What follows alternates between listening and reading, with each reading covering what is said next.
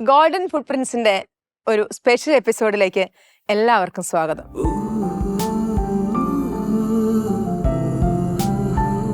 പാലാ രൂപതയിൽ ഏറ്റവും simple, humble, വിനയമുള്ള വൈദികൻ ആര് എന്ന് ചോദിച്ചു കഴിഞ്ഞു കഴിഞ്ഞാൽ പെട്ടെന്ന് നമ്മുടെ മനസ്സിലേക്ക് വരുന്ന ഒരു രൂപമാണ് മറ്റത്തിലച്ഛൻ്റേത്.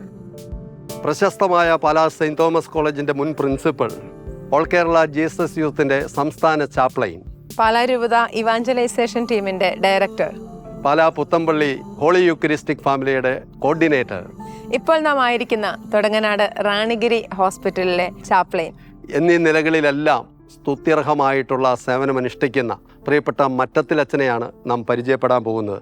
അദ്ദേഹത്തിൻ്റെ ദിവ്യമായ ജീവിത വഴികളിലൂടെയുള്ള പ്രയാണം ഇതാ ഇവിടെ ആരംഭിക്കുന്നു.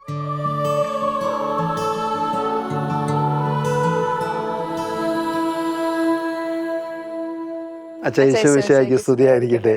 സ്തുതിയായിരിക്കട്ടെ. അച്ഛൻ്റെ ഔദ്യോഗിക ജീവിതത്തിൽ നമ്മൾ നേരത്തെ സൂചിപ്പിച്ചതുപോലെ സ്തുത്യർഹമായിട്ടുള്ള ധാരാളം ഔന്നത്യമുള്ള സ്ഥാനങ്ങളിലിരുന്ന് അവസാനം ഈ ഒരു തുടങ്ങനാട് ഗ്രാമത്തിലെ പലരുടെയും പ്രതീക്ഷയായിട്ടുള്ള അല്ലെ റാണിഗിരി ഹോസ്പിറ്റലിലെ ചാപ്ലൈനായിട്ട് സേവനമനുഷ്ഠിക്കുകയാണ്. അപ്പം എനിക്ക് തോന്നുന്നത് യഥാർത്ഥത്തിൽ ദൈവം ഏൽപ്പിച്ച ഒരു വലിയ ദൗത്യമായിട്ട് നമുക്കിതിനെ കരുതാം. അപ്പം ഈ ഒരു ഇതിനെക്കുറിച്ച് അച്ഛനൊന്ന് പറയാം. എനിക്ക് തോന്നുന്നത് യുവജനങ്ങളുടെ ഇടയിൽ ജീവിതത്തിൽ നല്ലൊരു പങ്ക് ചെലവഴിച്ച ശേഷം ജീവിതത്തിൻ്റെ സായനത്തിൽ ഇവിടെ വൃദ്ധരായ രോഗികളായ ആളുകളോട് കഴിയുമ്പോൾ എനിക്ക് രണ്ട് ചിന്തകളാണുള്ളത്. ഒന്ന്, അവർക്ക് ആശ്വാസം കൊടുക്കാൻ സാധിക്കുന്നു. അവർക്ക് പ്രാർത്ഥന വഴി കൂദാശകൾ പരികർമ്മം ചെയ്ത് അവർക്ക് ബലം പകർന്ന് സൗഖ്യം കൊടുത്തൊക്കെ മുന്നോട്ട് പോകാൻ സാധിക്കുന്നു. അതുപോലെ തന്നെ എൻ്റെ ജീവിതാന്ത്യത്തെക്കുറിച്ച് ചിന്തിക്കാൻ ഇത് ഒരു പ്രചോദനമാണ്. കാരണം നമ്മൾ ഈ അവസ്ഥകളിലൂടെയൊക്കെ കടന്നു പോകേണ്ടതാണ്. അപ്പം എനിക്ക് നിത്യതയെ നോക്കി ജീവിതത്തെ വിലയിരുത്താനും നിത്യതയ്ക്ക് വേണ്ടി ഒരുങ്ങാനും കൂടി പറ്റിയ ഒരു സ്ഥലമായിട്ട് ഞാൻ ഇതിനെ കാണുകയാണ് ചെയ്യുന്നത്. പക്ഷേ അത് ഇവിടെ വരുന്ന രോഗികൾക്ക് ആശ്വാസമാകുന്നത് പോലെ തന്നെ എനിക്ക് തോന്നുന്നു ഇവിടെ വലിയൊരു ശുശ്രൂഷയും കൂടെ നടക്കുന്നുണ്ടല്ലേ? അതിനെക്കുറിച്ചും കൂടെ ഒന്ന് പറയൂ. ഇവിടെ എല്ലാ ദിവസവും ഞാൻ കുർബാന അർപ്പിക്കുന്നുണ്ട്. ഇവിടെ കുർബാന രോഗികൾക്ക് കൊടുക്കുന്നു. അതുപോലെ തന്നെ കുമ്പസാരം ആവശ്യമുള്ളവർക്ക് കുമ്പസാരം കൊടുക്കുന്നു, രോഗീലേപനം കൊടുക്കുന്നു. പിന്നെ ഇടയ്ക്കിടെ അവർക്ക് പ്രാർത്ഥന ആവശ്യമുള്ളപ്പോൾ എന്നെ അറിയിക്കും. മരിക്കാൻ തുടങ്ങുന്ന ആളുകൾക്ക് മരണാസന്നരായ രോഗികൾക്ക് വേണ്ടിയുള്ള പ്രാർത്ഥനകൾ ചൊല്ലിക്കൊടുക്കുന്നു. അങ്ങനെ സമാധാനത്തിൽ, സന്തോഷത്തിൽ, പ്രത്യാശയോടെ മരിക്കാനായിട്ട് ഒരുക്കുന്ന ഒരു സ്ഥലം കൂടിയാണിത്. പരിശുദ്ധ ആത്മാവ് നിറയട്ടെ. ആത്മാവിൽ, മനസ്സിലെ, ശരീരത്തിൽ അവിടുത്തെ അരൂപി നിറയട്ടെ. സൗഖ്യ, ആശ്വാസവും ബലം നൽകണമെന്ന് പ്രാർത്ഥിക്കുന്നു. യേശുനാമത്തിൽ കനിവോടെ പ്രാർത്ഥന കേൾക്കുന്നു. നന്ദി. പ്രത്യേകിച്ച് കൂടുതൽ കൗൺസിലിങ് അല്ലെങ്കിൽ വചനം കൊടുക്കുന്നു. നമ്മളെല്ലാവർക്കും ബൈബിള്, പ്രത്യേകിച്ച് ആഗ്രഹമുള്ളവർക്ക്, ആവശ്യമുള്ളവർക്കെല്ലാം ഫ്രീ ആയിട്ട് ബൈബിള് കൊടുക്കുന്നുണ്ട്. വെള്ളിയാഴ്ച ദിവസങ്ങളിൽ ഇവിടെ ഒരു ശുശ്രൂഷ. വെള്ളിയാഴ്ച ദിവസങ്ങളിൽ രാവിലെ മുതൽ വചനപ്രഘോഷണം, കുർബാന, ആരാധന, അതുപോലെ തന്നെ സൗഖ്യ ശുശ്രൂഷകള്, പ്രാർത്ഥനകള്, സാക്ഷ്യം, വെളിപ്പെടുത്തൽ, ഇങ്ങനെയൊക്കെയുള്ള രോഗികൾക്ക് മാത്രമല്ല പുറത്തുനിന്നുള്ളവരും ഇവിടെ ധാരാളമായിട്ട് വരാറുണ്ട്. ഇതിനോടനുബന്ധിച്ച് കേട്ടിട്ടുണ്ടോ പാലാ പുത്തമ്പള്ളിയിലും ഇതേപോലത്തെ ഒരു ശുശ്രൂഷയ്ക്ക് അച്ഛൻ നേതൃത്വം കൊടുക്കും? തീർച്ചയായിട്ടും ഉണ്ട്. അത് വാസ്തവത്തിൽ അവിടെ ഞങ്ങളുടെ ഒരു ചെറിയ മൂവ്മെന്റ് ഉണ്ട്, ഹോളി യൂക്രിസ്റ്റിക് ഫാമിലി എന്ന് പറഞ്ഞ്. അതിന്റെ നേതൃത്വത്തിൽ പുത്തമ്പള്ളിയിൽ 24 മണിക്കൂർ ആരാധന നടക്കുന്നുണ്ട്. അത് ഞങ്ങൾക്കൊരു വലിയ സ്വപ്നമായിരുന്നു. എല്ലാവരും ദൈവത്തെ ആരാധിക്കണം, എല്ലാ പള്ളികളിലും ആരാധന നടക്കണം. അപ്പൊ അതിന്റെ ഒരു മൂർത്തിഭാവം എന്നുള്ള നിലയിൽ ആ സ്വപ്നം സാക്ഷാത്കരിച്ച രീതിയിൽ അടയ്ക്കാത്ത ഒരു പള്ളിയാണ് ഇവിടെയുള്ളത്. 24 മണിക്കൂർ പള്ളി തുറന്നിട്ടിരിക്കുക. ധാരാളം ആളുകൾ രാത്രിയും പകലും വന്ന്, ആദ്യകാലത്തൊക്കെ നമുക്ക് സംശയം ഉണ്ടായിരുന്നു ആളുകൾ രാത്രിയിൽ എത്തുമെന്ന്. ഇപ്പൊ ഇഷ്ടംപോലെ ആൾക്കാർ വന്നു. അവര് ദീപികാരണത്തിന് മുമ്പിരുന്ന് പ്രാർത്ഥിച്ച് ആശ്വാസം നേടുകയാണ്. അവരുടെ പ്രശ്നങ്ങൾക്ക് ഉത്തരം കണ്ടെത്തുകയാണ്. അവിടെ വന്നിരുന്ന് പ്രാർത്ഥിച്ച് ശക്തി പ്രാപിച്ച് പോകുന്നത് കാണുമ്പോൾ വലിയൊരു സന്തോഷമുണ്ട്. നല്ലൊരു ശുശ്രൂഷയാണ്. ധാരാളം ആളുകൾ അവിടെ പല ചുറ്റുപാടുമുള്ള പ്രദേശങ്ങളിൽ നിന്നും പുറത്തു നിന്നൊക്കെ വരാറുണ്ട്. അച്ഛാ, അതിനു മുമ്പ് തന്നെ അച്ഛൻ പാലാ സെന്റ് തോമസില് എനിക്കൊന്ന് മൈലാടൂർ അച്ഛനും കൂടെ തുടങ്ങി വെച്ച അല്ലെ പാലാ രൂപതയുടെ തന്നെ ഇവാഞ്ചലൈസേഷന്റെ ആഭിമുഖ്യത്തില് ഒരു ഞായറാഴ്ച ശുശ്രൂഷ ഉണ്ടായിരുന്നല്ലോ. പക്ഷെ ഇപ്പൊ ഒരു 39 കൊല്ലമായിട്ട്, ഏതാണ്ട് 40 കൊല്ലമായിട്ട് തുടർച്ചയായിട്ട് നടക്കുന്ന ഒരു ശുശ്രൂഷയാണ്. ഞാൻ ഏതാണ്ട് അതിന്റെ ഒരു 25 വർഷത്തോളം ഞാൻ തന്നെയായിരുന്നു അതിന്റെ. 25-ലധികം വർഷങ്ങൾ അതിന്റെ കോർഡിനേറ്റർ ഞാനായിരുന്നു. ഞാൻ പറഞ്ഞത് ഇപ്പം ഇത്രയും നിരവധി ശുശ്രൂഷകളിലൂടെ അതും എന്താ പറയുക എല്ലാവരെയും വിസ്മയപ്പെടുത്തുന്ന രീതിയിൽ, അത്ഭുതകരമായ രീതിയിൽ. ഇതിനിടയ്ക്ക് അച്ഛന് വലിയൊരു ആക്സിഡന്റ് പോലും സംഭവിച്ചതാണ്. പക്ഷെ അതിനുശേഷവും ചെറുപ്പക്കാർ പോലും അത്ഭുതപ്പെടുത്തുന്ന രീതിയിലാണ് അച്ഛൻ്റെ ശുശ്രൂഷകൾ. അപ്പോൾ അതൊരു അച്ഛൻ്റെ ഒരു ജീവിതം സാർത്ഥകമായി. അല്ല, അതിനെക്കുറിച്ച് പറയുമ്പോൾ അച്ഛൻ അനുഭവിക്കുന്ന ബാക്കി എല്ലാരും പറയല്ലേ നമുക്ക് സമയമില്ല, ഇത്രയും കാര്യങ്ങൾ ചെയ്യാനുണ്ട്. പക്ഷെ അച്ഛൻ ഏത് സമയം ഓരോ കാര്യങ്ങൾക്ക് ശേഷം അടുത്ത കാര്യങ്ങളിലേക്ക് ഊടി പോകും നമ്മൾ കാണുന്നത്. 2019 ഒരു വലിയ മാരകമായ അപകടം ഉണ്ടായതാണ്. ഞാൻ രക്ഷപ്പെടുമെന്ന് ഓർത്തില്ല. 5% പ്രതീക്ഷ ഉണ്ടായിരുന്നു. പക്ഷെ അതിൽ നിന്ന് ദൈവത്തിന്റെ കരുണ കൊണ്ട് ഞാൻ രക്ഷപ്പെട്ടു. അപ്പൊ ഞാൻ വിചാരിച്ചു, ദൈവം എന്നോട് ഇത്രയും കരുണ കാണിച്ചെങ്കിൽ ഇനിയുള്ള ജീവിതം മുഴുവൻ കർത്താവിന് വേണ്ടി ഓടണം. അങ്ങനെ ഒരു തീരുമാനത്തിന്റെ ഫലമാണ്. ചില ആളുകൾക്ക്, നിങ്ങളെപ്പോലുള്ള ആളുകൾ കുറെ കൂടെ സമയമുണ്ട്, എനിക്ക് അത്രയും സമയമില്ല. അതുകൊണ്ടുകൂടിയാണ് ഞാൻ കൂടുതൽ വേഗത്തിൽ ഓടുന്നത്.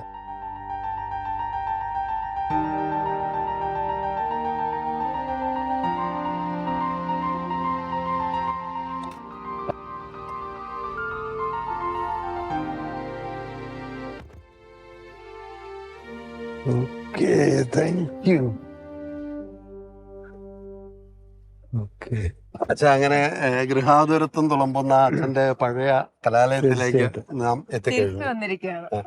എനിക്ക് തോന്നുന്ന ഒരു കാര്യം, ഒരു 75 വർഷക്കാലത്തും അപ്പുറം എനിക്ക് തോന്നുന്നു നമ്മുടെയൊക്കെ പൂർവികരുടെ വലിയൊരു പ്രാർത്ഥനയും സുഹൃതവും വയലിൽ പിതാവിലൂടെ സാക്ഷാത്കരിച്ചത് മാത്രമല്ല, പിന്നീട് വരുന്ന തലമുറകൾക്ക് അല്ലെ വലിയൊരു കാത്തുവയ്പായി ഈ ഒരു സെന്റ് തോമസ് കോളേജ്. ഇവിടെ തലമുറകള് അവരുടെ വിദ്യാഭ്യാസവും ജീവിതവും ഈ ഒരു കലാലയത്തിലൂടെ കണ്ടെത്തി. അല്ല, അവിടെ അച്ഛനൊരു 45 വർഷം മുമ്പ് അധ്യാപകനായിട്ട് പിന്നീട് പ്രിൻസിപ്പളായിട്ട് ധാരാളം ഓർമ്മകള് അല്ലേ അച്ഛാ? തീർച്ചയായിട്ടും അച്ഛനതൊരു ഫീൽ ചെയ്യാനായിട്ട് പറ്റുന്നുണ്ട്. തീർച്ചയായിട്ടും അതുകൊണ്ട് ആർത്ത് വരുന്ന ഓർമ്മകൾ അച്ഛന്റെ ഉള്ളിൽ കാണും അല്ലേ? അപ്പൊ അതുകൊണ്ട് ഞങ്ങൾ സ്വസ്ഥമായിട്ട് ആ ഓർമ്മകളിലേക്ക്, ആ ചരിത്ര മുഹൂർത്തങ്ങളിലേക്ക് അച്ഛൻ എന്ന് സഞ്ചരിക്കാൻ വേണ്ടിയിട്ട് ഒരു കടലിലേക്ക് അലിഞ്ഞു ചേരുന്നത് പോലെ ഞങ്ങൾ വിടുക. അച്ഛന്റെ മനസ്സിൽ എന്തുമാത്രം ഓർമ്മകളായിരിക്കും. അതെ, പ്രിൻസിപ്പളായിട്ടും ഒരു ഭൂതകാലം മുഴുവനും ഇപ്പോൾ ഒരു വലിയ വികാരമായിട്ട് അല്ലെ വരികയാണ്. അതായത് മനുഷ്യന്റെ ജീവിതത്തിൽ 45 വർഷം എന്ന് പറഞ്ഞാൽ അവന്റെ ആയുസിന്റെ പകുതിയാണ്. പ്രിയ വിദ്യാർത്ഥികളെ, എനിക്ക് നിങ്ങളോട് പറയാനുള്ളത്, your attitude determines your altitude. പ്രശ്നങ്ങളിലും പ്രതിസന്ധികളിൽ പോലും അവസരങ്ങളും അനുഗ്രഹങ്ങളും കാണുന്നവരാണ് ശുഭാപ്തി വിശ്വാസികൾ. നേരെ മറിച്ച് എല്ലാ അവസരങ്ങളിലും പ്രശ്നങ്ങളും പ്രതിസന്ധികളും മാത്രം കാണുന്നവരാണ് അശുഭാപ്തി വിശ്വാസികൾ. അപ്പോൾ നമ്മൾ ആയിരിക്കേണ്ടത് ശുഭാപ്തി വിശ്വാസികളാണ്. ശുഭാപ്തി വിശ്വാസികൾക്ക് എല്ലാം സാധ്യമാണ്. അതുകൊണ്ട് പറയാറുണ്ട്, if you think that something is impossible, it will always remain impossible. If you think that something is possible, it will always remain possible. നിങ്ങൾക്ക് ഒരു കാര്യം നടക്കില്ല, അസാധ്യമാണെന്ന് വിചാരിച്ചാൽ അത് നടക്കില്ല. നേരെ മറിച്ച് നിങ്ങൾക്ക് ജീവിതത്തിൽ ഒരു കാര്യം സംഭവിക്കുമെന്ന് വിചാരിച്ചാൽ തീർച്ചയായിട്ടും അത് സംഭവിക്കും. അതാണ് എനിക്ക് നിങ്ങളോട് പറയാനുള്ളത്. Thank you. ആദരണീയനായ റവറൻഡ് ഡോക്ടർ കുര്യൻ മറ്റത്തിലച്ചൻ സെൻറ് തോമസ് കോളേജിലെ ഇംഗ്ലീഷ് വിഭാഗം അധ്യാപകനായിരുന്നു. 1995 മുതൽ 2001 വരെ കോളേജിൻ്റെ പ്രിൻസിപ്പലായിരുന്നു. കോളേജിൻ്റെ 8ാമത്തെ പ്രിൻസിപ്പലായിരുന്നു അച്ഛൻ. അങ്ങേയറ്റം ജനകീയനായൊരു പ്രിൻസിപ്പലായിരുന്നു മറ്റത്തിലച്ചൻ. വിദ്യാർത്ഥികൾ ഏറെ സ്നേഹിച്ച ഒരു വ്യക്തി. വിദ്യാർത്ഥികളുടെ ഏത് പ്രശ്നവും വ്യക്തമായി മനസ്സിലാക്കി അതിന് ആത്മീയമായ പരിഹാരങ്ങൾ തേടുവാൻ അച്ഛൻ എന്നും മുന്നോട്ട് വന്നിരുന്നു. പ്രത്യേകിച്ചും ഏതെങ്കിലും ഒരു വിദ്യാർത്ഥി മാനസികമായ വിഷമങ്ങളോ ബുദ്ധിമുട്ടുകളോ അനുഭവിക്കുന്നുണ്ടെന്ന് കണ്ടാൽ അച്ഛൻ ചേർത്ത് പിടിച്ച് ആ വിദ്യാർത്ഥിക്ക് വേണ്ട എല്ലാ തരത്തിലുള്ള സഹായങ്ങളും സപ്പോർട്ടും, പലപ്പോഴും ജീസസ് യൂത്തിൻ്റെയൊക്കെ പ്രവർത്തനങ്ങളിലൂടെ കുട്ടികളെ ധ്യാനത്തിന് അയക്കുക, കുട്ടികളെ മാത്രമല്ല അധ്യാപകരെയും അനധ്യാപകരെയും ഒക്കെ പലതരത്തിൽ അവരുടെ ബുദ്ധിമുട്ടുകളിൽ കണ്ടറിഞ്ഞ് സഹായിച്ചിരുന്ന ഒരു വ്യക്തിയാണ് അച്ഛൻ. സെന്റ് തോമസിന്റെ ഹൃദയഭാഗത്താണ് നമ്മളിപ്പോൾ. വർഷങ്ങൾക്ക് മുമ്പ് ഗൃഹാതുരത്വം തുളുമ്പുന്ന ഒത്തിരിയേറെ ഓർമ്മകൾ എനിക്ക് മാത്രമല്ല അച്ഛനുണ്ട്. കാരണം അച്ഛൻ പ്രിൻസിപ്പളായിരിക്കുന്ന സമയത്താണ് ഞാനൊരു അധ്യാപകനായിട്ട് ഈ കോളേജിൽ വരുന്നത്. ഇപ്പം സിബി സാർ പറഞ്ഞ കാര്യം, അച്ഛനുണ്ടായിരുന്ന ആ ഒരു സമയം ഒരു ആത്മീയ തരംഗം ഈ കോളേജിലുണ്ടായിരുന്നു എന്ന് മാത്രമല്ല അതിൻ്റെ ഒരു തുടർച്ചയാണ് ഇപ്പോൾ നിലനിൽക്കുന്നത്.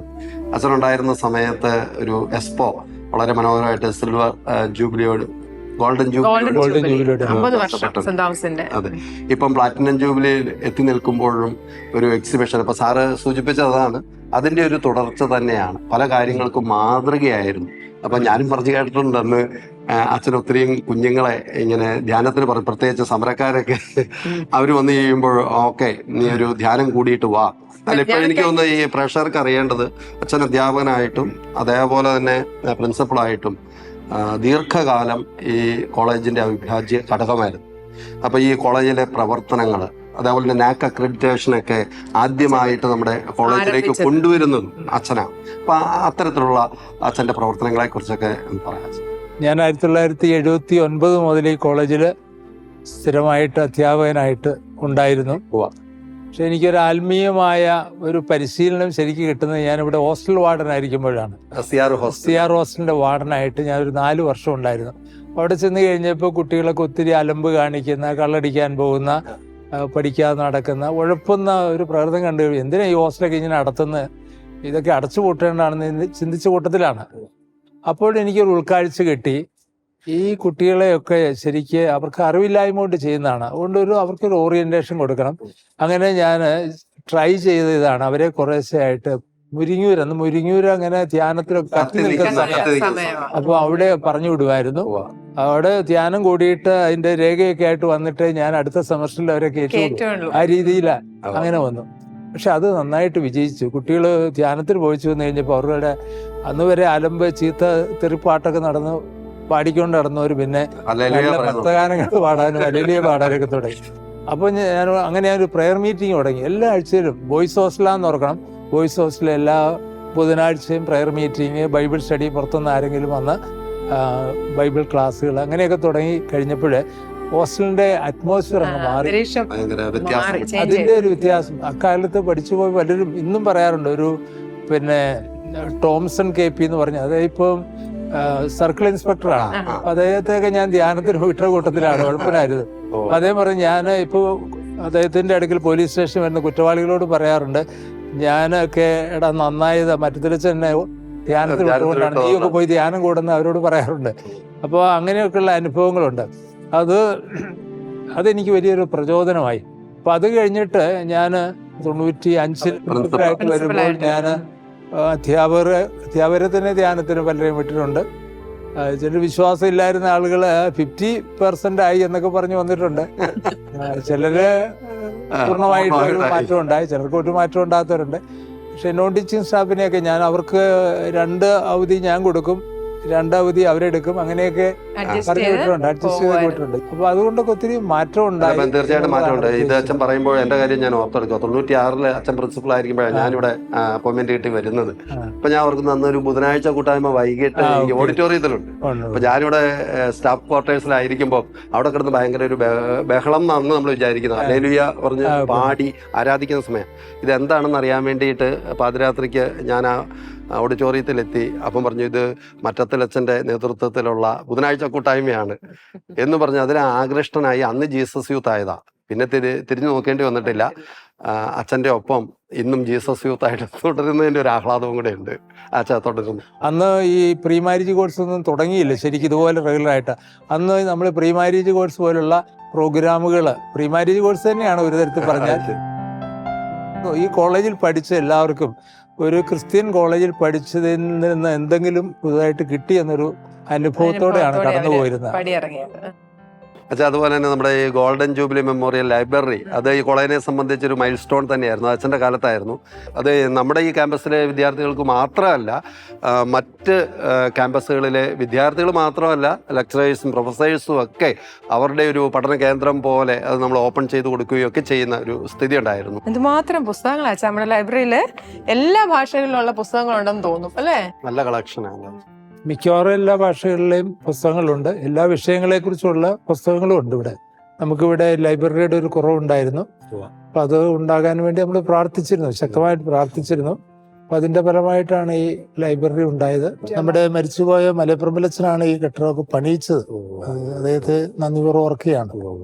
ഒരിക്കൽ വിദ്യാർത്ഥികൾക്കിടയിൽ നടന്ന ഒരു സർവേയിൽ നിങ്ങൾക്ക് പണ്ഡിതനായ ഒരു വൈദികനെയാണോ അതോ പ്രഭാഷകനായ ഒരു വൈദികനെയാണോ അതോ ഭക്തനായ വൈദികനെയാണോ സ്വീകാര്യമായി തോന്നുന്നത് എന്ന ഒരു സർവേ ചോദ്യത്തിന് പല സെൻറ് തോമസ് കോളേജിലെ കത്തോലിക്ക വിദ്യാർത്ഥികളിൽ ഏതാണ്ട് 90% വിദ്യാർത്ഥികളും ഉത്തരമായി പറഞ്ഞത് അവരിഷ്ടപ്പെടുന്നത് ഭക്തനായ ഒരു വൈദികനെയാണ് എന്നായിരുന്നു. അപ്പോഴൊക്കെ അവരുടെ മനസ്സിൽ തീർച്ചയായും ഉജ്ജ്വലമായി ജ്വലിച്ച് നിന്നിരുന്നത് മറ്റത്തിലച്ഛനുമായിട്ടുള്ള അവരുടെ മാനസികമായ അടുപ്പവും അച്ഛൻ്റെ നേതൃത്വം ക്യാമ്പസിലുണ്ടാക്കിയ മാറ്റങ്ങളുമായിരിക്കും എന്ന് ഞാൻ വിചാരിക്കുന്നു. ഇന്നും അച്ഛൻ കോളേജിലെ ശുശ്രൂഷകളൊക്കെ വിട്ട് അച്ഛനിപ്പോൾ കൂടുതലായും ധ്യാനങ്ങളിൽ കേന്ദ്രീകരിക്കുമ്പോഴും അച്ഛനുമായി എപ്പോഴെങ്കിലുമൊക്കെ ബന്ധപ്പെട്ടിട്ടുള്ള യുവജനങ്ങൾക്ക് മാത്രമല്ല, ഇപ്പോഴും അച്ഛനുമായി ആത്മീയമായി അടുത്ത് ഇടപെടുന്ന സർവരുടെയും മനസ്സിൽ അച്ഛനൊരു പ്രചോദനമായും അച്ഛൻ്റെ വാക്കുകൾ ഒരു മാർഗദർശനമായും അച്ഛൻ്റെ ഉപദേശങ്ങൾ അവർക്കൊരനുഗ്രഹമായും തീരുന്നുണ്ട് എന്ന് ഞാൻ വിശ്വസിക്കുന്നു. പിള്ളേർക്കൊക്കെ വലിയൊരു സന്തോഷമായി കാണും അല്ലേ അച്ഛനെ കുറേ നാളത്തിന് ശേഷം കണ്ടിട്ട്? ഓക്കെ, നീ ഒന്ന് ആശിഷ് കോളേജ് കാലഘട്ടമൊക്കെ ഇപ്പം വീണ്ടും ഒന്ന് ഓർക്കുന്നുണ്ടായിരിക്കും അല്ലേ അച്ഛനോടൊപ്പം ഉള്ളത്? അപ്പോൾ ആ സമയത്തെ കാര്യങ്ങളൊക്കെ ഒന്ന് ഓർത്തെടുത്ത് പറയാമോ? എനിക്കിങ്ങനെ അച്ഛനെ കുറിച്ച് പറയുമ്പോഴേ എനിക്കിങ്ങനെ തോന്നുന്ന കാര്യം എന്ന് വെച്ചാൽ അച്ഛൻ നമ്മളെക്കാളും യുവാവാന്നുള്ളതാണ്. അപ്പോൾ ഞങ്ങളെല്ലാവരെക്കാളും അച്ഛൻ യുവാവാണ്. അതായത് അച്ഛൻ ഇങ്ങനെ ഫുൾ ടൈം ഇങ്ങനെ എന്തെങ്കിലും ആത്മാക്കളും വേണ്ടി ചെയ്യണം, അങ്ങനെ ഒരു ആഗ്രഹമാണ് ഞങ്ങൾക്കിങ്ങനെ എല്ലാവർക്കും. ഞങ്ങൾ മൊത്തം നോക്കിയിട്ടുണ്ടെങ്കിൽ അച്ഛനെ പോലെ ഇങ്ങനെ ആത്മാക്കൾ ഓടി നടക്കുന്ന ആൾക്കാരെ നമ്മളതേം കാണാനില്ല. അത് എങ്ങനെ അച്ഛന് പറ്റുമെന്നും എനിക്കറിയത്തില്ല. എങ്ങനെ അച്ഛൻ ഇങ്ങനെ ഓരോ നിമിഷവും ഇങ്ങനെ പോകാൻ പറ്റുമെന്നുള്ള കാലിൽ ചിറകുമായിട്ടാണ് അച്ഛൻ ഇങ്ങനെ. ഇപ്പോഴാണേലും അച്ഛൻ ഇങ്ങനെ എല്ലാ ഓരോ പള്ളികൾ പ്രോഗ്രാം പിടിക്കുന്നു, ഓരോ പള്ളികളിൽ പോയിട്ട് ആൾക്കാരെ കൊണ്ട് സംസാരിക്കുന്നു. പിന്നെ എനിക്ക് മനസ്സിലായിട്ട് കഴിഞ്ഞാൽ അച്ഛന് ഒരാളിലൊരു അഭിഷേകം ഉണ്ടെന്ന് കണ്ടാൽ അച്ഛൻ അയാളുടെ അഭിഷേകത്തെ എല്ലാവരും എത്തിക്കാൻ നോക്കും. അയാളെ കൊണ്ട് അച്ഛൻ അവരെ ചേർത്ത് പിടിക്കും. അവരെ ചേർത്ത് പിടിച്ച് അച്ഛൻ ഇങ്ങനെ എല്ലാ സ്ഥലങ്ങളും കൊണ്ടുപോകും. അവരെ കൊണ്ടുപോയിട്ട് അവരെ കൊണ്ട് സംസാരിപ്പിക്കും, പ്രസംഗിപ്പിക്കും. അങ്ങനെ ഒരുപാട് ആത്മാക്കളെ അച്ഛൻ ഇങ്ങനെ നേടിയെടുക്കുന്നുണ്ട്, വളർത്തുന്നുണ്ട്. ഞാൻ പറയുന്നത് ഇപ്പൊ യുവാക്കളായിരിക്കുന്ന സമയത്തെ നമുക്ക് ഇതിനോട് ഒരു കൂടുതലൊരു താല്പര്യമൊന്നും ചിലപ്പം കാണിയല്ലോ. ചിലപ്പം എന്താ പറയുന്നത് തിന്മയുടെ വഴികൾ, നമ്മുടെ ഇഷ്ടങ്ങളൊക്കെ, അപ്പം ഒരു സ്വാതന്ത്ര്യം കുറവ് അങ്ങനെയൊക്കെ ഫീൽ ചെയ്തിട്ടുണ്ട്. അച്ഛൻ ഒരിക്കലും ഒരു ഉപദേശിയല്ല. അച്ഛൻ ഇങ്ങനെ നമ്മുടെ ഒരു വൈബിനനുസരിച്ച് അച്ഛൻ നിൽക്കും. നമ്മുടെ വൈബിൽ നിന്നിട്ട് ഞങ്ങളോടൊക്കെ തമാശകളൊക്കെ പറഞ്ഞ് ഞങ്ങളുടെ കൂടെ നിന്ന് ഞങ്ങൾ ഒരാളായിട്ട് അച്ഛൻ കൊണ്ടുവന്നേ.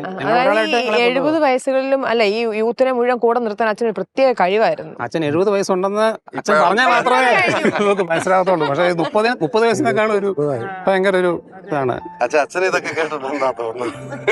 ഇതെല്ലാം ദൈവത്തിന്റെ കരുണ. എനിക്ക് അനുഭവപ്പെടുന്ന, എനിക്ക് പ്രായമാകുന്നു എന്ന് ഒരിക്കലും തോന്നിയിട്ടില്ല. ഇനിപ്പോഴും ചെറുപ്പമാണെന്നാണ് എനിക്ക് തോന്നുന്നത്. എനിക്ക് വയസ്സ് 79 കഴിയാൻ പോവുകയാണ്. എങ്കിലും ഞാൻ യുവാവാണെന്ന് തോന്നുന്നു. കാരണം GC യൂത്തിലുള്ളവരുടെ ഒരു പ്രത്യേകത ഒരിക്കലും പ്രായമല്ല, എന്നും GC യൂത്താണ്, മരിക്കുന്നവരെ GC യൂത്താണ്. അപ്പോൾ ആ ഒരു അനുഭവം എനിക്കുണ്ട്. അതുകൊണ്ട് അത് തന്നെ എനിക്കൊരു എനർജിയാണ്, പോസിറ്റീവ് എനർജിയാണ്. ഞാനിപ്പോഴും ചൂണ്ടശ്ശേരി എഞ്ചിനീയറിംഗ് കോളേജിൽ പഠിപ്പിക്കുന്നുണ്ട്. ആഴ്ചയിൽ 6 പീരീഡ് പഠിപ്പിക്കുന്നുണ്ട്, 3 ദിവസം പഠിപ്പിക്കുന്നുണ്ട്. അപ്പോൾ കുട്ടികളുടെ കൂടെ ആയിരിക്കുമ്പോഴും അവരെ വാല്യൂ എഡ്യൂക്കേഷൻ പഠിപ്പിക്കുമ്പോഴും ഒക്കെ ഞാൻ ചെറുപ്പമാണെന്നുള്ളൊരു അവബോധം എന്നെ കൂടുതൽ ധരിപ്പിക്കുന്നുണ്ട്, ചലിപ്പിക്കുന്നുണ്ട്, ഉത്തേജിപ്പിക്കുന്നുണ്ട്. നമുക്ക് ഒരു 2 കാപ്പിയും ഒരു ചായ. നല്ല അടിപൊളി കഫറ്റേരിയ ഉണ്ടല്ലോ. കഫറ്റേരിയ മാത്രമല്ല, എല്ലാം പശ്ചാത്തലം വളരെ മനോഹരമായിട്ടുള്ള.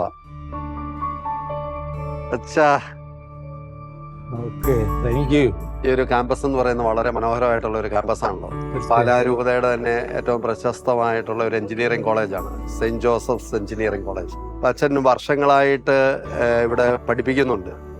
അതെനിക്ക് തോന്നുന്നു കേരളത്തിൽ ഒരിടത്തും ഇല്ലാത്ത രീതിയിൽ ഈ വിദ്യാർത്ഥികൾക്ക് ഒരു വാല്യൂ എഡ്യൂക്കേഷനാണ് കൊടുക്കുന്നത് അല്ലേ? അപ്പം അതിനെക്കുറിച്ചൊക്കെ ഒന്ന് പറഞ്ഞു തുടങ്ങാം. ഞാൻ കഴിഞ്ഞ 15 വർഷമായിട്ട് സെന്റ് ജോസഫ്സ് എഞ്ചിനീയറിംഗ് കോളേജിൽ വാല്യൂ എഡ്യൂക്കേഷൻ അല്ലെങ്കിൽ മോറൽ സയൻസ് പഠിപ്പിക്കുന്നുണ്ട്. പഠിപ്പിക്കുന്നത് 3 ദിവസമാണ്, തിങ്കൾ ചൊവ്വ ബുധൻ. അതായത് ഫസ്റ്റ് ഇയറിൽ വരുന്ന സ്റ്റുഡൻസിന് 10 ബാച്ചുകൾക്ക് 3 ദിവസങ്ങൾക്കുള്ളിൽ ക്ലാസ് കൊടുക്കുന്നുണ്ട് ഒരു സെമസ്റ്ററിൽ. എടുക്കുന്നത് ഞാൻ തന്നെ എഴുതിയ ഒരു പുസ്തകമാണ്, the express way to success and happiness എന്ന് പറയുന്ന ഒരു പുസ്തകം ഞാൻ പഠിപ്പിക്കുകയാണ്. ഒരു ഇംഗ്ലീഷ് ബുക്കാണ്. അതിനകത്ത് യുവജനങ്ങളെ സംബന്ധിച്ചുള്ള എല്ലാ വിഷയങ്ങളും A to Z, sexuality, love, marriage, ഇങ്ങനെയുള്ള വിഷയങ്ങൾ പറഞ്ഞ് എങ്ങനെ ഭാവിയിൽ കുടുംബജീവിതത്തിന് ഒരുങ്ങണം അങ്ങനെയുള്ള കാര്യങ്ങൾ പറഞ്ഞാണ് അവസാനിപ്പിക്കുന്നത്. അതായത് വസ്തുനിഷ്ഠമായിട്ട് ചില ധാർമ്മികതയുണ്ട്. അത് ദൈവം നിശ്ചയിച്ച നിയമങ്ങൾ അനുസരിച്ച് ഫോളോ ചെയ്തില്ലെങ്കിൽ തീർച്ചയായിട്ടും പിന്നെ കുടുംബ സംവിധാനങ്ങൾ തകിടം മറിയും. വ്യക്തികൾ സമൂഹത്തിലൊക്കെ അസ്വസ്ഥതകൾ പ്രശ്നങ്ങൾ ഉണ്ടാകുന്നതിന്റെ കാരണം ഇതാണ്. ഈ ദൈവത്തിന്റെ സംവിധാനങ്ങൾ ആര് മറികടക്കാൻ ശ്രമിക്കും അവിടെയെല്ലാം അസ്വസ്ഥതയും അലങ്കോലമായ പ്രശ്നങ്ങളും അവസ്ഥയും ഉണ്ടാകും.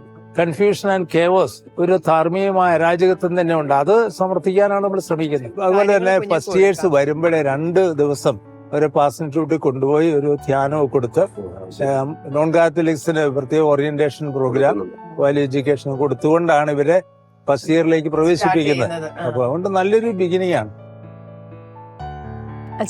അച്ഛന്റെ ബാല്യം, കൗമാരം, ദൈവവിളിയിലേക്കുള്ള വഴികൾ അതൊക്കെ ഞങ്ങൾക്കൊന്ന് പറഞ്ഞു തരാമോ?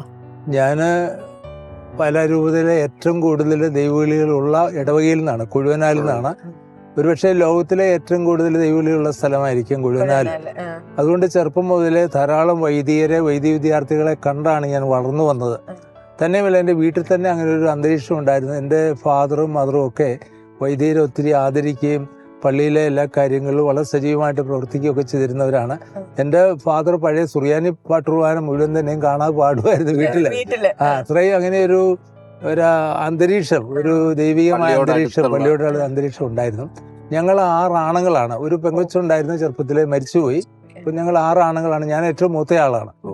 അപ്പോൾ അങ്ങനെ ഒരു കുടുംബത്തിൽ തന്നെ നല്ലൊരു പ്രചോദനം, ഒരു നല്ലൊരു അന്തരീക്ഷം. വൈദിക ജീവിതത്തെ കുറിച്ചും കൂടെ ഒന്ന് പറയാം. എൻ്റെ പൗരോഹിത്യ ജീവിതം എന്ന് പറഞ്ഞാൽ ഞാൻ എപ്പോഴും ചിന്തിച്ചിരുന്നത്, എപ്പോഴും ഈശോയെ കൊടുക്കാൻ, അതായത് ദൈവത്തിലേക്ക് ആളുകളെ അടുപ്പിക്കാൻ കഴിയുന്നതായിരിക്കണം ഒരു പുരോഹിതന്റെ ജീവിതം. പൗരോഹിത്യം എന്ന് പറയുന്നത് ഒരു പ്രൈവറ്റ് പ്രോപ്പർട്ടി അല്ലെ, ഒരു സ്വന്തമായ ഒരു കാര്യമല്ല. അത് ശുശ്രൂഷയ്ക്ക് വേണ്ടി, മറ്റുള്ളവരൊക്കെ ഈശോയിലേക്ക് അടുപ്പിക്കാൻ വേണ്ടി എന്നുള്ളതാണ്. ജീസസ് യൂത്തിലുള്ള അച്ഛൻ്റെ പ്രവർത്തനങ്ങളെ കുറിച്ച് ഞാൻ ജീസ് യൂത്തിൽ ഔദ്യോഗികമായിട്ട് നിയോഗിക്കപ്പെടുന്നതിന് മുമ്പ് തന്നെ ജീസ് യൂത്ത് രംഗത്ത് പ്രവർത്തിച്ചതാണ്. പ്രത്യേകിച്ച് കോളേജിലായിരുന്നപ്പോൾ ജീസ് യൂത്തിൻ്റെ പ്രോഗ്രാമുകൾ, പ്രത്യേകിച്ച് പാലായിൽ നമ്മൾ നടത്തുന്ന വെരിത്താസ്, ബ്ലൂമിങ് റോസസ്, കുറേ പ്രോഗ്രാമുകൾ +2 കഴിഞ്ഞവർക്ക്, കോളേജിലുള്ളവർക്കൊക്കെ പ്രോഗ്രാംസ്, അങ്ങനെ ഇനീഷ്യൽ പ്രോഗ്രാംസ് നടത്തുമായിരുന്നു. അങ്ങനെയാണ് ധാരാളം ആൾക്കാർ ജീസ് യൂത്തിലേക്ക് വരാൻ കാരണം. പാലാ സെന്റ് തോമസ് കോളേജിൽ ഈ പ്രോഗ്രാംസ്, അതിൻ്റെ പേരുകൾ തന്നെ ഞാനാണ് ഇട്ടത്. വെരിറ്റാസ് പറഞ്ഞാൽ അർത്ഥം സത്യം എന്നാണല്ലോ. You will know the truth and truth will set you free. സത്യം നിങ്ങളെ സ്വതന്ത്രരാക്കും. അപ്പോൾ ആ സത്യം അറിയാനാണ് കുട്ടികളെ സഹായിക്കുന്നത്. പിന്നെ ജീസ് യൂത്ത് പറഞ്ഞാൽ ദൈവം തൊട്ട അനുഭവമുള്ള കുട്ടികളാണല്ലോ. ദൈവം തൊടുന്നില്ലെങ്കിൽ, ഈ God doesn't touch U devil will touch U എന്ന് പറയാറുണ്ട്. അപ്പം ദൈവം തൊടുന്നില്ലെങ്കിൽ പിശാചല്ല, തിന്മ, ലോകം തൊടുക മാത്രമല്ല തകർത്ത് തരിപ്പണമാക്കും. അതുകൊണ്ട് ദൈവം തൊടാനുള്ള ഒരു സാഹചര്യമാണ് ജീസ് യൂത്തിലൂടെ. ഇങ്ങനെ ദൈവം അച്ഛനെ തൊട്ട ഒരു ഇൻസിഡന്റ് ഓർത്തെടുക്കാൻ പറ്റുമോ?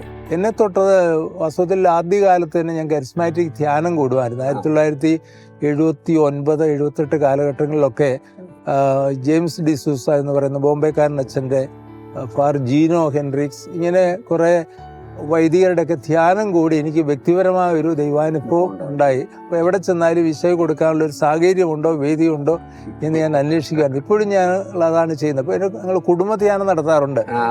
അതും വളരെ, അതായത് 3 കുടുംബങ്ങൾ ചേർന്നാണ്. എൻ്റെ സഹോദരങ്ങൾ, അവരുടെ ജീവിത പങ്കാളികൾ, മക്കള്, അതുപോലെ തന്നെ വേറെ ഒരു വെമ്പേനി കുടുംബം, പിന്നെ കൊഴുവനാലുള്ള ഒരു ആൻസി ജോസഫ്, കാഞ്ഞിരപ്പള്ളി കോളേജിന്റെ പ്രിൻസിപ്പലായിരുന്ന ഒരു ആൻസി ജോസഫ് ചുള്ളമ്പുഴ, അവരുടെ കുടുംബങ്ങൾ എല്ലാം കൂടി, ഈ 3 കുടുംബങ്ങളും, അതുപോലെ തന്നെ പിന്നെ കുറേ നമ്മുടെ ഗുണകാംക്ഷികൾ അല്ലെങ്കിൽ സുഹൃത്തുക്കളായിട്ടുള്ളവരും കൂടി ചേർന്ന് പാലാ പാസ്റ്റർ ഇൻസ്റ്റിറ്റ്യൂട്ടിൽ വർഷങ്ങളായിട്ട് ഈ കുടുംബധ്യാനം എനിക്കൊന്ന് ഒരു 10-20 വർഷമായിട്ട് ഞങ്ങൾ നടത്തുന്നതാണ്. കുടുംബങ്ങളെല്ലാവരും തന്നെ ഉണ്ടാകും. അതിൻ്റെ ഒരു മെച്ചം എന്ന് ചോദിച്ചു കഴിഞ്ഞാൽ, ചെറുപ്പത്തിൽ തന്നെ ഈ കുഞ്ഞുങ്ങൾക്ക്, പ്രത്യേകിച്ച് വളർന്നു വരുന്ന തലമുറയ്ക്ക് ഒരു ഈശ്വരാഭിമുഖ്യം, ഒരു ദൈവാനുഭവം കിട്ടുവാനിടയാകും. അതിൻ്റെ ഫലമായിട്ട് പിന്നെ കുട്ടികൾ പ്രായമായി കഴിയുമ്പോൾ അവർ ഇങ്ങോട്ട് ആരും പറയാതെ തന്നെ അവധിക്കൊക്കെ വരുമ്പോൾ എന്നോട് ചോദിക്കാൻ, എവിടെയാ ധ്യാനമുള്ളത്, ഒന്ന് പോകാനാണോ എന്ന് പറഞ്ഞാൽ ഒന്ന് റീചാർജ് ചെയ്യാൻ വേണ്ടി, ജീവിതത്തെ ഒന്ന് റീചാർജ് ചെയ്യാൻ വേണ്ടിയുള്ള അവസരങ്ങൾ അവർ ഇങ്ങോട്ട് തന്നെ ചോദിക്കും. അത് ഈ ചെറുപ്പത്തിൽ നമ്മൾ കൊടുക്കുന്ന ഈ കുടുംബധ്യാനത്തിൻ്റെ ഒരു വലിയ ഫലമാണ്. അത് ആരും തന്നെ അങ്ങനെ ചെയ്യാറില്ല.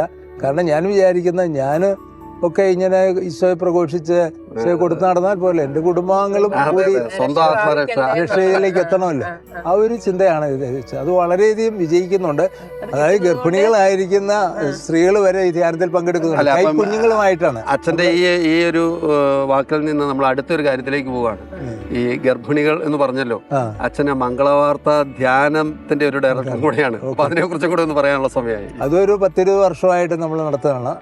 നമ്മുടെ മുളങ്ങാട്ടിലച്ഛനിൽ നിന്നാണ് ഞങ്ങൾ അതിന് പ്രചോദനം ഉൾക്കൊണ്ട് ഇനി ജനിക്കാനിരിക്കുന്ന കുഞ്ഞുങ്ങൾ അതുപോലെ തന്നെ കുടുംബങ്ങൾ ഒക്കെ ബലപ്പെടണമെങ്കിൽ കുഞ്ഞുങ്ങൾ ജനിക്കുന്നതിന് മുമ്പ് നല്ലൊരു ഒരുക്കമാവണം. ഒരു പ്രീ മാരിറ്റൽ പ്രിപ്പറേഷൻ ആവശ്യമാണ്. ഒരു കോഴ്സ് കൂടിയതുകൊണ്ട് പ്രിപ്പറേഷൻ ആകില്ല. മറ്റൊന്ന്, കുഞ്ഞ് അമ്മയുടെ ഉദരത്തിലായിരിക്കുന്ന 9 മാസങ്ങൾ വളരെ ഡിസൈസീവാണ്.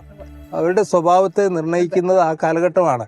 കാരണം കുഞ്ഞ് ജനിച്ചു കഴിയുമ്പോഴേക്കും ഏതാണ്ട് 75% അവരുടെ സ്വഭാവം രൂപീകരിക്കപ്പെട്ട് കഴിഞ്ഞു.